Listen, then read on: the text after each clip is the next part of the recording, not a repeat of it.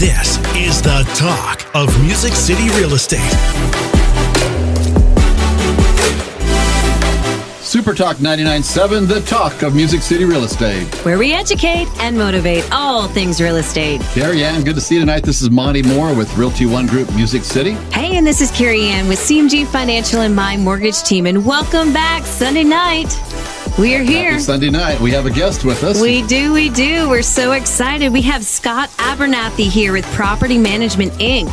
You know, we talk so much on this show about gaining wealth through real estate, and I'm really excited that this evening we're going to be talking just that. This is a great topic, Carey Ann. Everybody should be considering that. You know, I mean, years ago, a gentleman, a friend of mine, said, Monty, every morning, this couple gets up and eats their cornflakes, goes off to work so they can pay for my asset. Everybody should think about owning some rental property, and I'm so glad to have you here, Scott. I am thrilled to be here. Yes, indeed.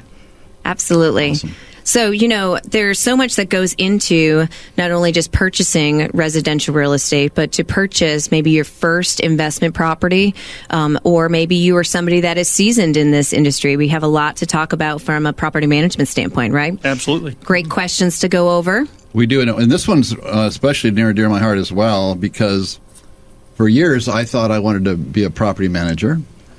My goal was to have 10 properties paid for by the time I was 70. And so because I put them all on a 15-year mortgage, I had no room I didn't feel like to hire a property manager, someone as skilled as Scott is. And so I handled those myself. Okay.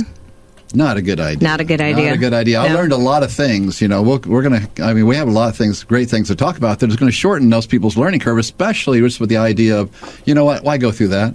Why not just hire a pro? Yeah, absolutely. So, Scott, thank you so much for joining us this evening. Why don't you tell a little bit about yourself and maybe, you know, your company, Property Management, Inc.? Absolutely. I own Property Management Inc. I have two franchises, actually.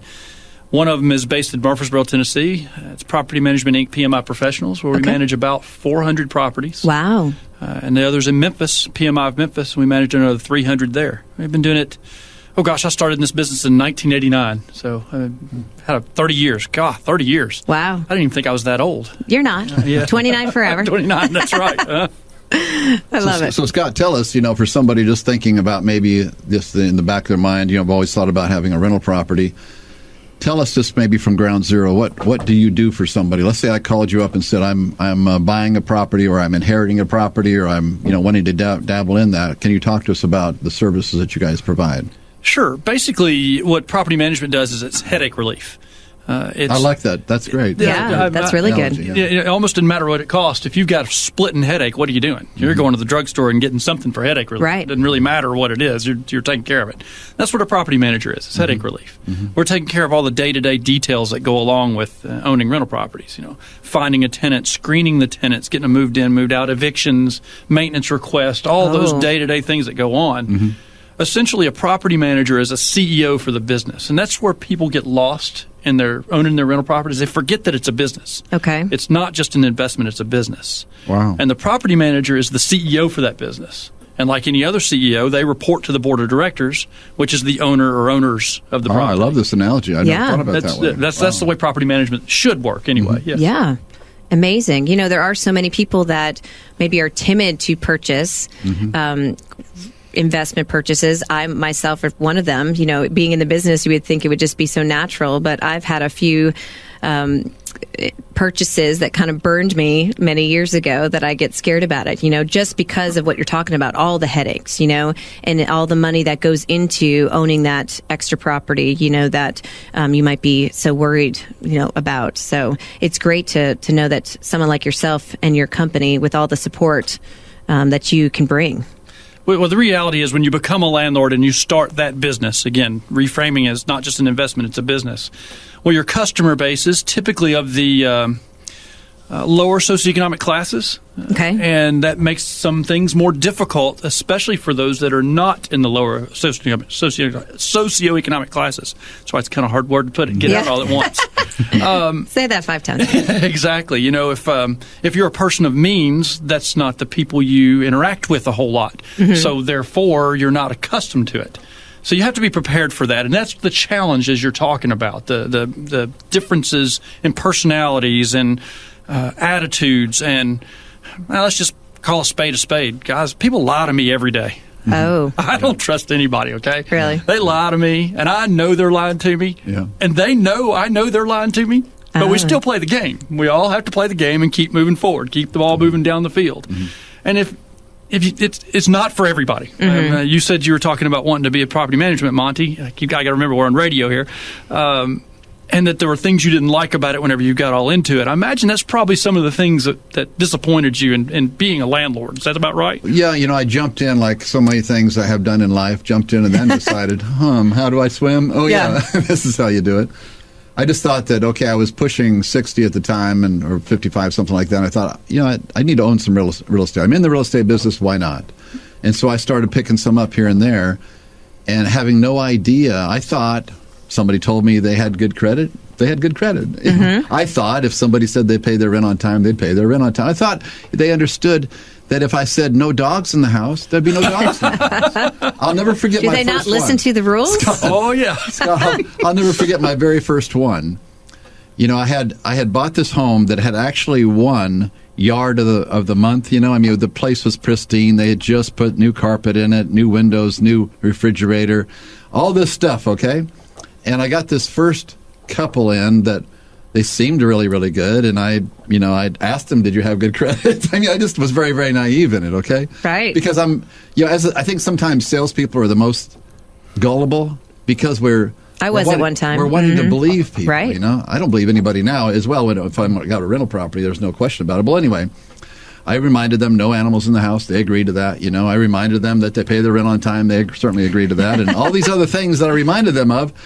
Well, about a month and a half into it, when they hadn't paid their first month's rent, their second month's rent, I learned the lesson that it's really a good thing to know the neighbors. Make sure the neighbors can get a hold of you if they need to in the middle of the night when there's a big U-Haul truck that has dug trenches in the front yard that had won the yard of the month. Oh, my gosh, yes. And they had escaped with not only my refrigerator that I had paid a $500 extra warranty on, but all my ceiling fans, everything. Just stripped the house. So you got a pro, is what you did. My gosh. And I'll tell you guys, the most important thing a property manager is going to do for you is quality screening of the residents that are moving in. Exactly. I believe that every landlord needs a professional CEO to run their landlording business, and that includes me. Right. I own 26 rental properties myself. You know who manages my properties? Who? One of my property managers. Smart. I do not. I'll give you a great example as to why I don't manage my own property. We all have an emotional connection to our real estate. Sure. To our money, right? That's what it is. It's money. Right. And I had one that I had spent way too much money rehabbing. Just way too much. And I wanted too much for it. And Monty, you can tell me what happens to a property whenever you overprice it. Right. It doesn't go anywhere. The same's true with rentals. It doesn't go anywhere. Absolutely. Well, I had this one overpriced. I'd put a lot of money in it. I wanted more out of it. I finally got an application on it. Okay. And my assistant at the time, Holly, bless her heart, I was hard on her because this application came in as two sweet young ladies. And I told her, Holly. I think they might have been the same people. I said, Holly, that's one of my houses. Don't worry about processing that application. Just take them. We need to get that rented. Oh, right. And she looks at me and throws every word I've told her back in my face about Federal Fair Housing Act and said, Scott, you know that we have to treat everybody exactly the same. We have to process this application just like everybody. I said, oh, shucks. Go ahead. Do you know both of those girls, both of those sweet young ladies had evictions on their record? Wow. And me, the professional property manager, emotionally attached to his own property, was getting ready to take them. Right. Yeah. Amazing. Happens to all of us. So let's talk a little bit about the perfect investment home to purchase, I guess, right? So, that amazing yard, that beautiful house that just looks so pristine that maybe you would want to live in for your primary residence. Is that the perfect investment, purchase? What is the best investment? I think the bread and butter is, a 3-bedroom, 2-bath with 2-car garage, around 1,800 square feet probably, and a good school zone is a driving factor as well. Nail on the head. Mm-hmm. Absolutely. Back to what you were just talking to. I'm sorry, Carey. Oh, yeah. I got to follow through on this because Sure. I had some serious flashbacks here. So here's one lesson I learned on that one I was telling you about. You don't go to their current landlord. You go to the one before then because the current one will tell you whatever you need to hear to get rid of people. Is that true or not? In the industry, we call that passing the trash. And any landlords out there that are listening, if you pass the trash, you really need to have more Shame on respect you. Shame for on your you. industry and for your fellow landlords. Passing the trash is one of the most shameful things that a landlord can do to another exactly, landlord. and that's what happened to me. And does so, happen. And when I went to the courthouse to file a complaint with against these people, I said, "Look, and what was so frustrating is the judge said, well, Mr. Mohr, were you there when that refrigerator disappeared?" And I said, "No, Your Honor, but you can see I took big, I had 8x10s in there of the how they broken doors and windows and all this stuff. The place was immaculate." He goes, "Well, since you weren't there when that refrigerator disappeared," he beats the gavel down, says, "Next," and just kicked it out. Is that in Davidson County? Yeah. Okay. Davidson County is harder to do business in than the surrounding See, counties. but somebody like you would know that. Yes. Uh-huh. So here you'll get a kick out of this part. So the next 3 months, I beat the prospective tenants up so bad. I wasn't going to let the wrong one in there. I didn't let anybody in there. nobody with any sort of reasonable mentality. That landlord is going to be awful to deal with. But I learned so much in that. It was so disappointing to find out that really and truly, without somebody like you to be that middle person, that I don't think the laws are designed for the owner. They're not landlord friendly, and that's probably most any state is not landlord friendly. Now with Tennessee, we are better off than most states, though, as far as being friendly. It's more equal, if that makes sense. It really is a fair transaction under the Landlord and Tenant Act in Tennessee. But yeah, it's not terribly unfair. I will say this: one of the we're talking about bad tenants here, guys. Yeah, we want to stay on positive side. I know that there's a lot. There's a of lot of people, good ones out there absolutely, too. and they're listening to us right now, and That's they're all right. rolling their eyes, thinking, "Well, I take care of my property. I mow my yard. I, keep the house neat and clean." The bottom line is properly screened tenants. There's no way to guarantee that you're going to get a good tenant. But our experience is somewhere around 80% of our tenants, and that's a big number. Yeah. I would qualify as either good or great tenants. And Scott, that is really good information, and we're going to take a quick short break, and we want to come back and pick that up and keep the conversation going about investment properties and how you can gain wealth through real estate. Hey, so you're listening to the talk of Music City Real Estate. Super Talk 99.7 WTN, the talk of Music City Real Estate. Where we educate and motivate all things real estate. We're talking about gaining wealth through real estate. We are. And Carey Ann, I just want to clear up just for a second here that we truly, I can tell you so many positive stories of my tenants I've had in the past. And one time I had 10 rentals myself. What I want to make sure, though, is people understand that those who may not want to go down that path on their own by themselves, right. This is the kind of service they need to look to. Absolutely. Absolutely. I love that. Having a CEO for my business in regard to that idea. Investing. That mentality. That's key. Someone told me a long time ago, being, maturing in this industry, that real estate is key, right? If you're going to put any money into something, real estate is always going to be with you through the good and through the bad. And so why don't you talk a little bit more about why investing in real estate is so important? Sure, absolutely. I'll give you a core belief of mine to start off with. Yeah. I believe that scattered site real estate ownership, scattered site meaning like single family properties, 1 to 4 family properties, things like that. Scattered site rental property ownership is the very best way for middle class Americans to become upper class Americans. Okay. Allow me to elaborate a little on that if you don't mind. Sure. When it comes to investing, you've got a lot of different options. Stocks, bonds, CDs, money markets, and real estate is one of those as well. Real estate is the most leverageable commodity that we have. And don't get me wrong, when I say leverage, I'm talking about borrowing money against it for those that don't understand that. So when you're leveraging property and you're borrowing money against it, that's also where the risk of real estate is. For my real estate pros here in the room, if I buy a piece of property today and I pay cash for it, is it going to be worth more in 10 years than it is now? It better be. I'd say almost unquestionably. We've not been through a 10-year period, even with the recession, where it was worth less. So it's a pretty risk-free investment to start off with.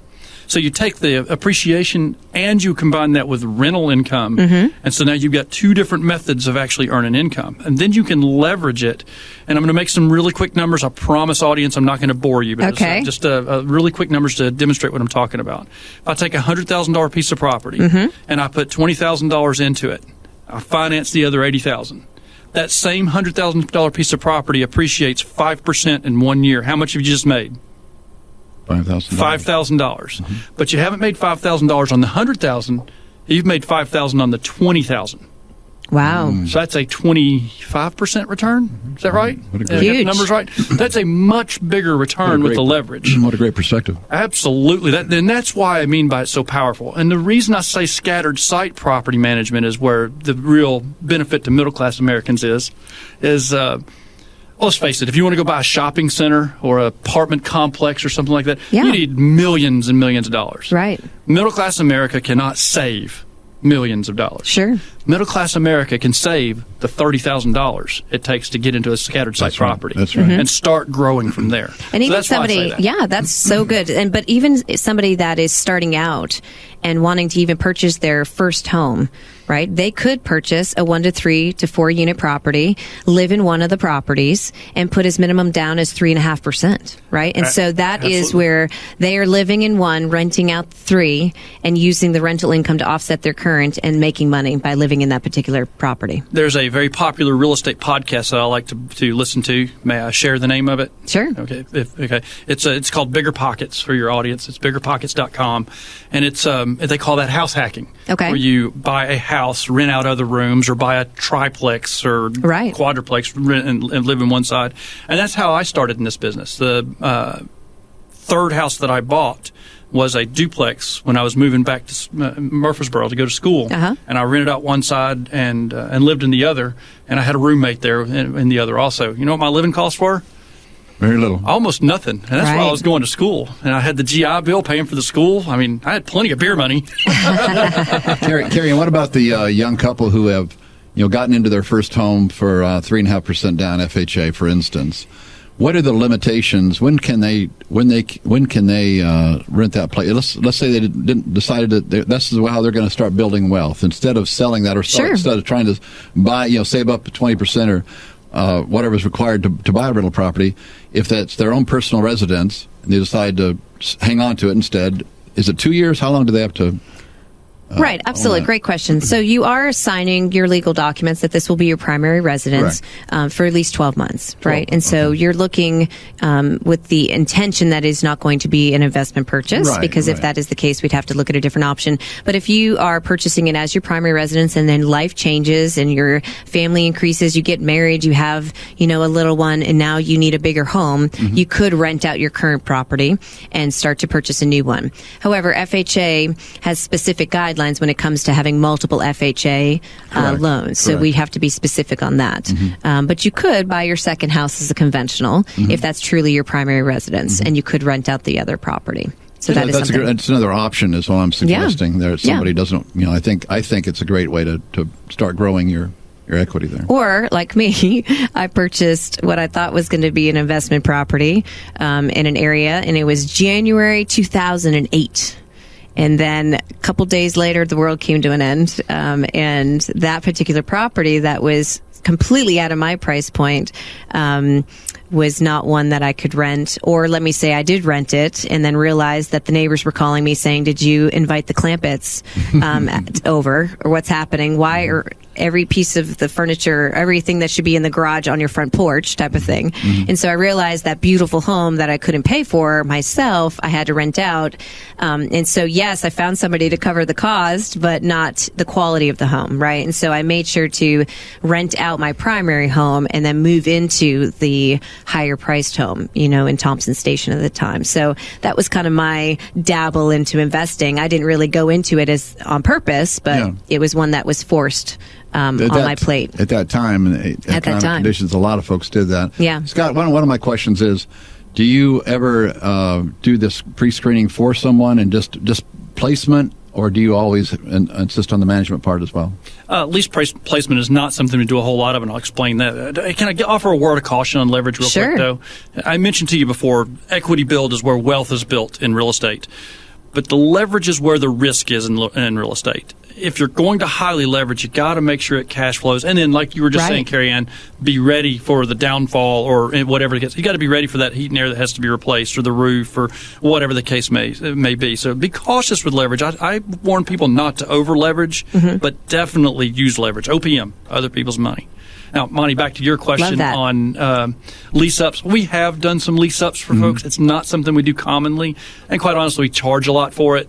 it's less expensive for somebody just to hire us to manage their property full service than it is for the I just have found that that's the biggest hurdle, I think, is just getting the right people in. The challenge with the lease up is the real estate agent's responsible for it. So when a real estate agent leases a piece of property for an owner and then hands it all off to the owner, and the owner screws everything up, there's still a customer relationship with the leasing agent or property manager and that tenant. So when the security deposit doesn't get dispersed properly, 2 years down the road, the property manager can still be on the hook for that. So that's the reason we don't do a lot of that. That makes sense. So talk more, Scott, about your tenants and the seasoning of a tenant, or what you look for in the best tenant for a customer. Sure. Well, we've got a process, an algorithm that we go through in our office, and it's a scoring system. Okay. And you got to get a 7 or above to qualify.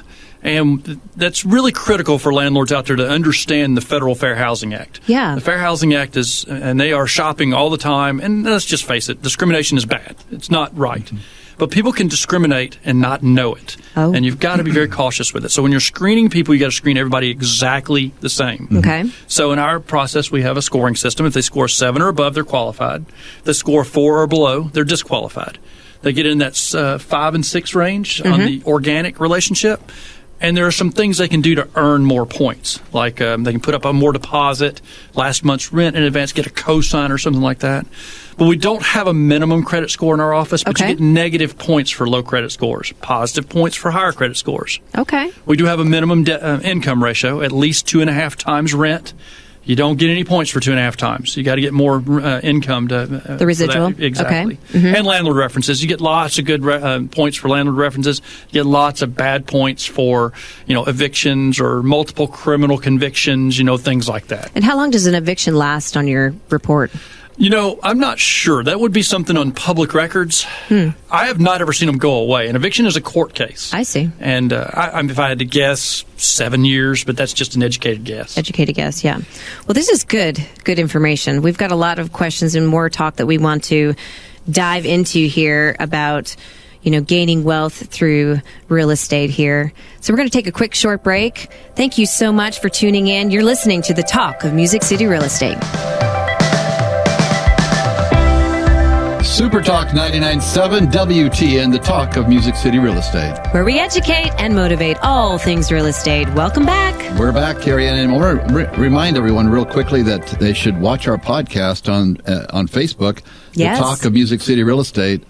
It's so awesome to be able to pull that puppy up and share it with your mom. I get to share it with my mom. I love that. I love that. Hey, and if you have any questions out there at all, do not hesitate to email us at questions@talkmusiccity.com or hashtag us at talkmusiccity. So we are excited to have Scott Abernathy with us this evening with Property topic. Management, Inc. Yes, and we are talking about gaining wealth through real estate. It is a great topic. Great Thank to you have so you, much. Scott. For being here. And my mom will be watching the podcast. So. I knew that. Maybe I should send it to my mom.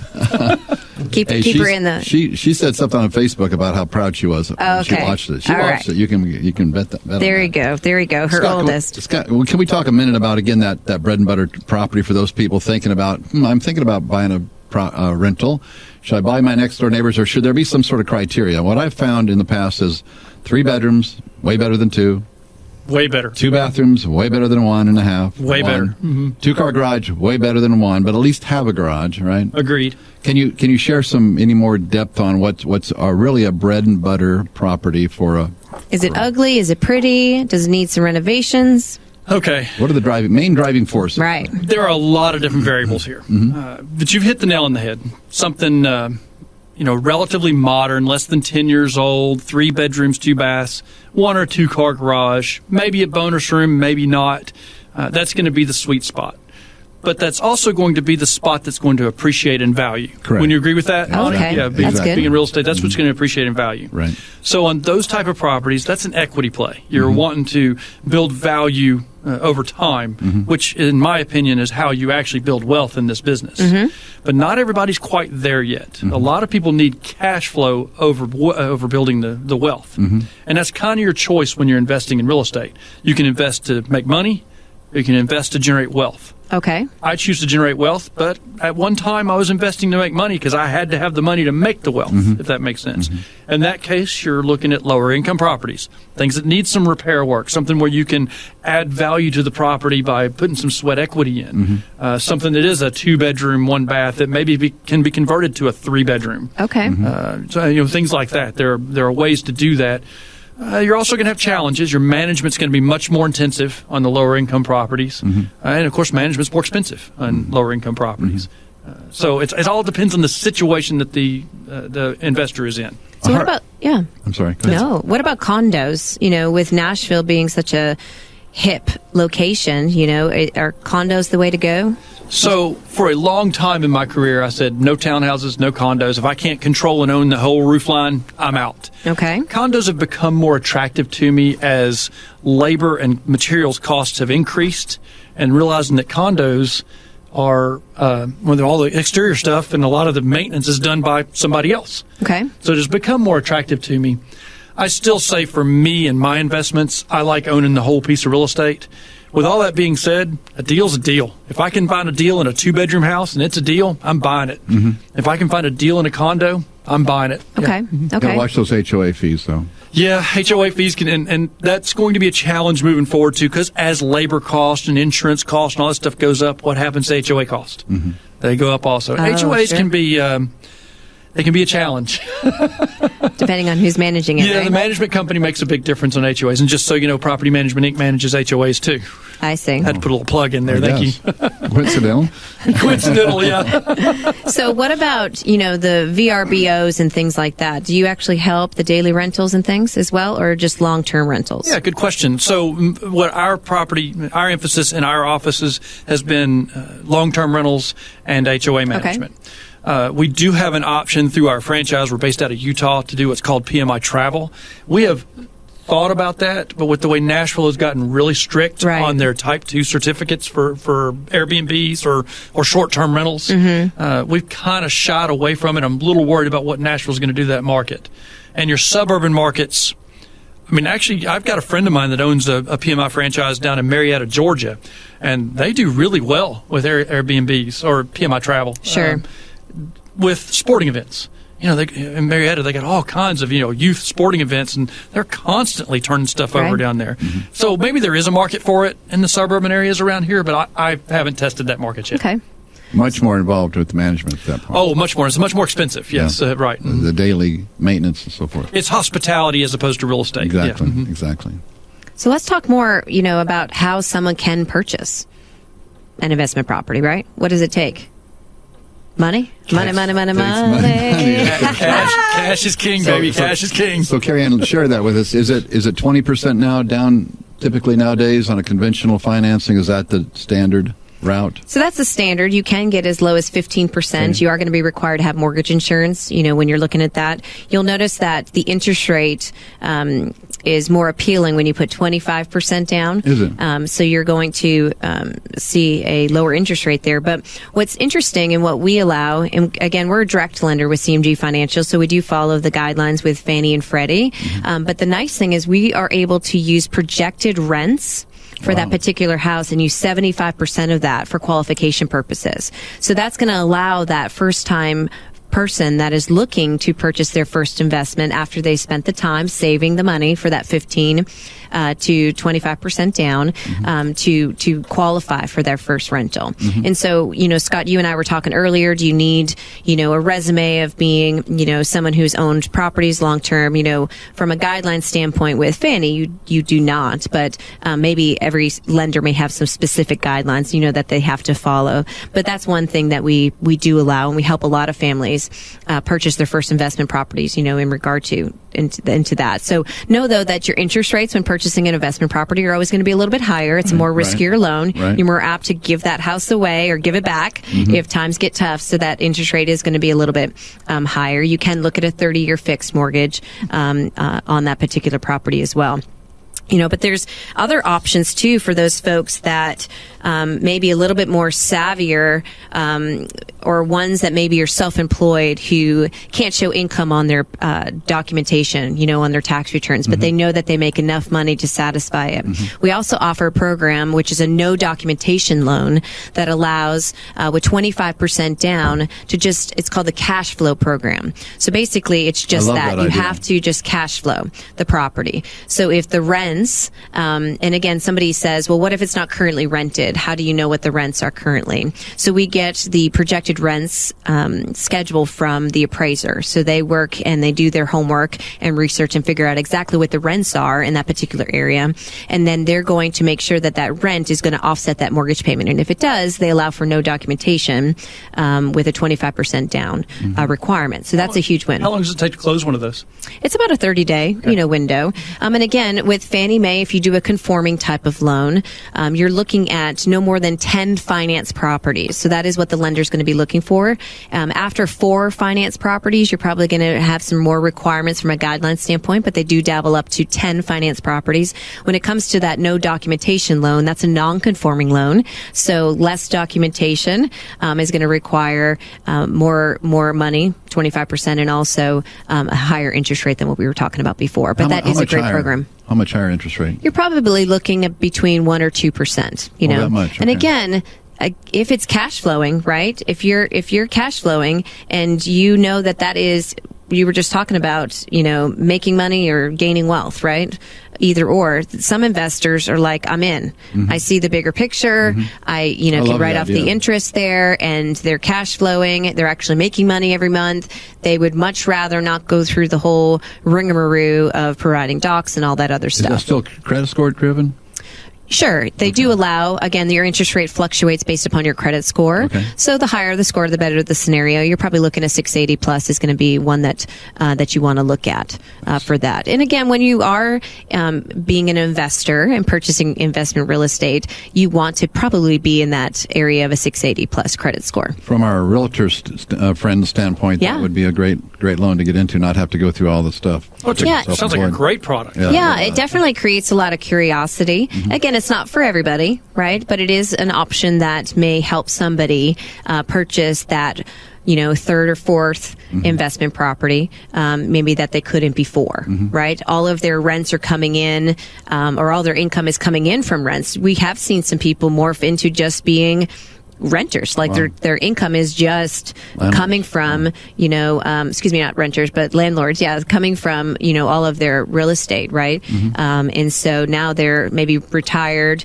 and their income on paper doesn't look as well as it did a few years back, let's say. Or maybe they were self-employed and had an amazing business and they sold it. Right. So they have all this money in the bank, but they don't have an income flow currently right now. That's a great product for someone like that.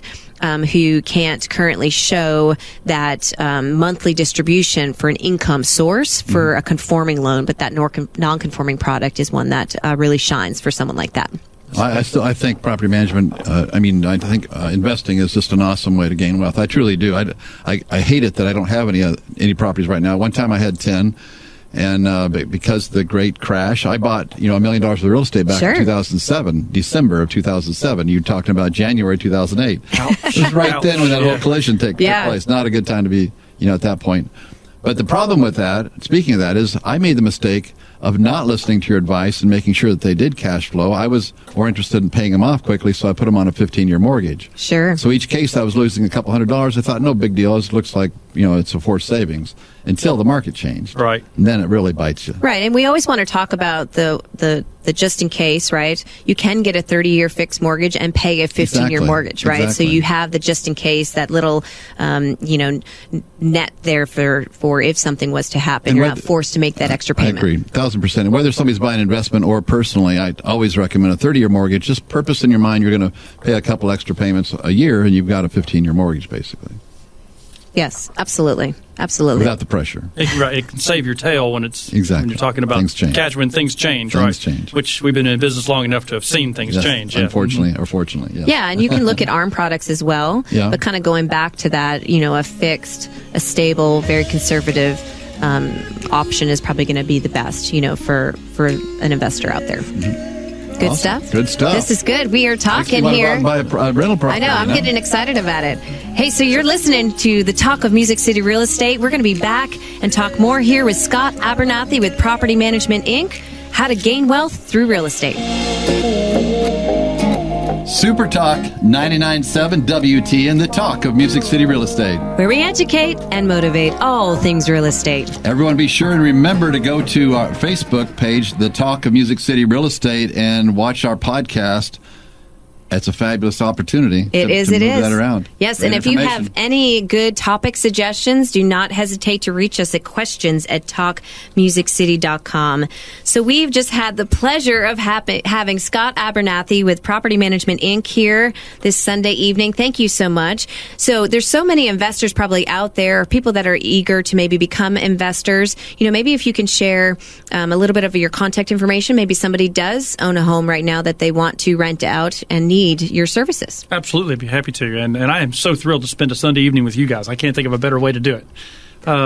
So I'm Property Management, Inc. My name is Scott Abernathy. I have a property manager in the Nashville market. Her name is Misty Sexton, and she can be reached at 615-867-8282. Our website there is rentfrompmi.com, PMI as in Property Management, Inc., Yep. rentfrompmi.com. You can get a lot of details from us there. In our Memphis office, if you're interested in the Memphis market, Thomas Blanche is our property manager down there, and that number is 901-350-0500, and that website is pmiofmemphis.com. So, yeah, Perfect. we'd love to help out. Yeah, and if you are somebody that is new that wants to look at purchasing maybe your first investment property, you know, money is key, right? And so that's where I come into play and making sure that you have the financing to allow for that. So you can get pre-approved here with us, all of your friends over at CMG Financial. The number there is 615-456-4456. We would be honored to help and get that pre-approval process started so you can purchase your first investment property. So, Monte, you were going to be talking about about the market. You know, are there investment properties out there to purchase? How is the market doing today? Yeah, the market is... Specifically just today. Yeah, just today. The market is... Sunday evening, today. What is the market doing today? No, there's plenty of opportunities out there, that's for sure. And I think we're going to maybe see a few others because property has been sitting a little bit longer. I think there's going to be some little better values. I'm not trying to say the market's bad. The market's outstanding. It's just that it's not as forgiving as it was a year or so ago, and homes have to be priced right. And some prices we've seen drop a little bit, but I don't anticipate any great adjustments because there's so many people still coming to town. One thing I wanted to ask you real quickly, Scott, before we lose or are out of time, is can you help the listener take it to the steps? Okay, I bought a rental property, and I've decided I don't want to try to do this by myself. I call you up. Can you talk about the costs and the process at that point? Right.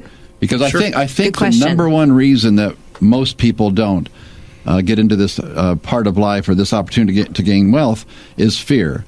And I think that you represent this knight in white shining armor here. It's going to help protect them from the bad guys, but you're going to help make it a much less stressful experience is what my belief is. Since you've called me a knight in shining armor, I'm going to make sure my wife listens to this podcast also.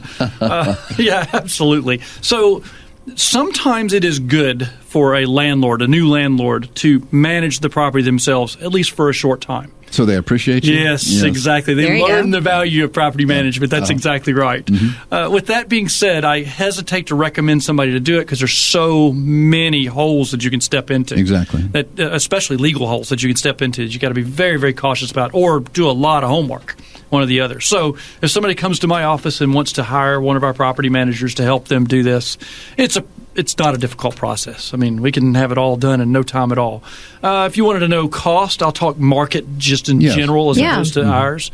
It's going to run anywhere from 8 to 12% of the gross income. Mm-hmm. So, if it's making, $1,000 a month, somewhere between $80 and $120 a month is going to go to the property management firm. Right. And those variables. Which is a dinner out? 2 dinners out? Oh, yeah, it's a headache. It's the aspirin. It's the Advil. You're going to take. Right, exactly. I guess that was my Walgreens bill last night when I went to go pick up that Advil. Exactly. So there's more cost to it than that, though. So I don't want to just shine somebody on and say that's just it. And let's face it, guys. how much work are you going to do for $80 a month? Right. It's right. not a lot. You know what I mean? Right, I mean, right. you got to put a lot of them together for the property management company to work. It's that third party, the real value, I think. It is. That is the third party, and the screening parameters and things like that. Right. That's very helpful. The Right. property manager is going to walk you through the systems, walk you through how to access your portals on the website so that you can see real-time data, what's going on for a good property manager.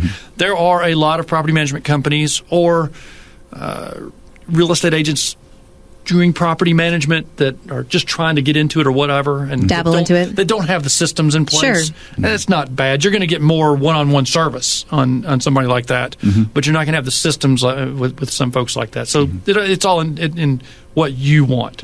Well, you said something at the beginning I think was so great, is approach this as a business. I love As that. a business, Right? that's right. And hire a CEO and you be the board of directors. I love think that that. was huge, right? That's huge. And so you're going to personally guarantee the loan if you aren't paying cash for it, right? But we could quick claim that into your particular business if you were actually needing to, change that into an actual business, right? And you can file that as a Schedule C and different things. I see many people do different things, which again, I'm not a CPA, but there's some things that they can talk through that. But I love that idea of approaching it, each that purchase mindset. as a business, right? I think that's the number one most important thing a new landlord can do is realize it is a business, not an investment. Right. And treat it that way, yes. Huge. And overcoming that fear is key. What did you say you were? What was your nickname? I'm headache relief. Your headache relief. That is really good. Yeah. Because, I'm now feeling a little bit more comfortable. Like we were saying, at the break, I'm one that just has been so scared, because of a purchase prior to that I just haven't dabbled back into. I've been the girl that hides it under the mattress, which is totally not what you should be doing when it comes to saving your money. I'm going to her house. Which, for everybody, I actually don't really do that, just in case, so I don't have a bunch of people at my house. But truly, if I had had thought through this, I would have put my properties on a 30-year mortgage. I would have hired a second party, Right. To take care of that. Because the hardest part for me was you almost have to have two personalities when you're managing yourself. You have to be a different. Sure. I mean, the truth of the matter is, Carey Ann, I know you, and if you were my landlord, I wouldn't be near as scared of you as I would Scott. You know what I'm saying? Right. As far as because kind of that arm's length allows you to separate yourself. Exactly. We play good cop, bad cop, too. That's and what just I'm so you talking know, about. That's what you I'm guys are talking the about. bad cop, the owner is. Yeah. I'm the good cop. Right, I'm trying to save my job. We got to get the rent paid. You know what I mean? At the same time, you're more objective than a Absolutely. homeowner would be, okay? We're talking out of our heart here. So I'm just curious. It's somewhere around 8 out of 10 investors that I have that sell their rental properties. After they've sold them and done away with them, you put some time between it, they regret having done so. Thinking about the equity you could have had in those 10 properties if you'd have just passed them off somebody else to manage them and washed your hands That's and what just I'm been the saying. board of directors. That's what I'm saying. Do I'd you have now my regret retirement. having getting rid of them? Absolutely, I do. I hear that all the time, actually. That's not uncommon at all. It's that long term is where it all happens. And you got to think long term. That's Right. right. It's not get rich quick. No. It's not one of these, Carlton Sheets things where. And by the way, I bought the Carlton Sheets course back in the 90s. Yeah, I love it. At 2 It's o'clock not in the get morning. rich quick. Oh yeah, that's right. I think I was there with you. So, when excuse me, I got sidetracked thinking I'm waking up at 2 o'clock in the morning here buying my infomercial situation. But, hey, so we're on the radio and I totally lost my train of thought here. So, Scott, can you tell us one more time your contact information? Absolutely. And I'll emphasize the one here in Nashville. It's rentfrompmi.com. And in Murfreesboro, it's pmiofmemphis.com. And here in Nashville, and if you need to get to Memphis as well, we can help you there. 615-867-8282. I believe that every landlord needs a qualified CEO to run their landlording business, Amen. And I am that CEO. I love that. And now I remember what I was going to talk about. But one of those things is, do you know when it's the right time to sell that investment property? Yes, I do. So when is that the right time? Never. Okay. I buy and hold forever. I never sell them. My kids are going to have to deal with it. That's really? awesome. That's awesome. That is good I like that. information. There are tax consequences, and we didn't even get a chance to get into the tax benefits of owning rental properties. But yeah, absolutely, I'm a buy and hold guy. Now, Good stuff. I'm with Monte, though. In the recession, I had to dispose on some of them also that I didn't want to have to do. Sure. So sometimes you got to do things you have to do. Sure. And But by that's golly, money sitting there, though. It was I would have been bankrupt if I hadn't had them. Exactly. That's right. Exactly. Yeah. You do what you need to do. That's right. And then when you do sell, there's the discussion of a 1031 exchange. Right. So that's something that we can dabble into in a different topic. show, right? Mm-hmm. Great topic. But that is one that where you can take, the proceeds and work Investing in through. your IRA is another Right. good topic for you guys. So I have a lot of clients that invest in their IRA. Interesting. Scott, it's been fabulous having you on here with us tonight. I think enjoyed we're it. about out of time, and I hate that. Boy, the hour has really flown. Flown by, it absolutely has. And we just thank you so much for joining us. And we are excited to see you back here next Sunday at 5 p.m. Thank you for listening to the Talk of Music City Real Estate.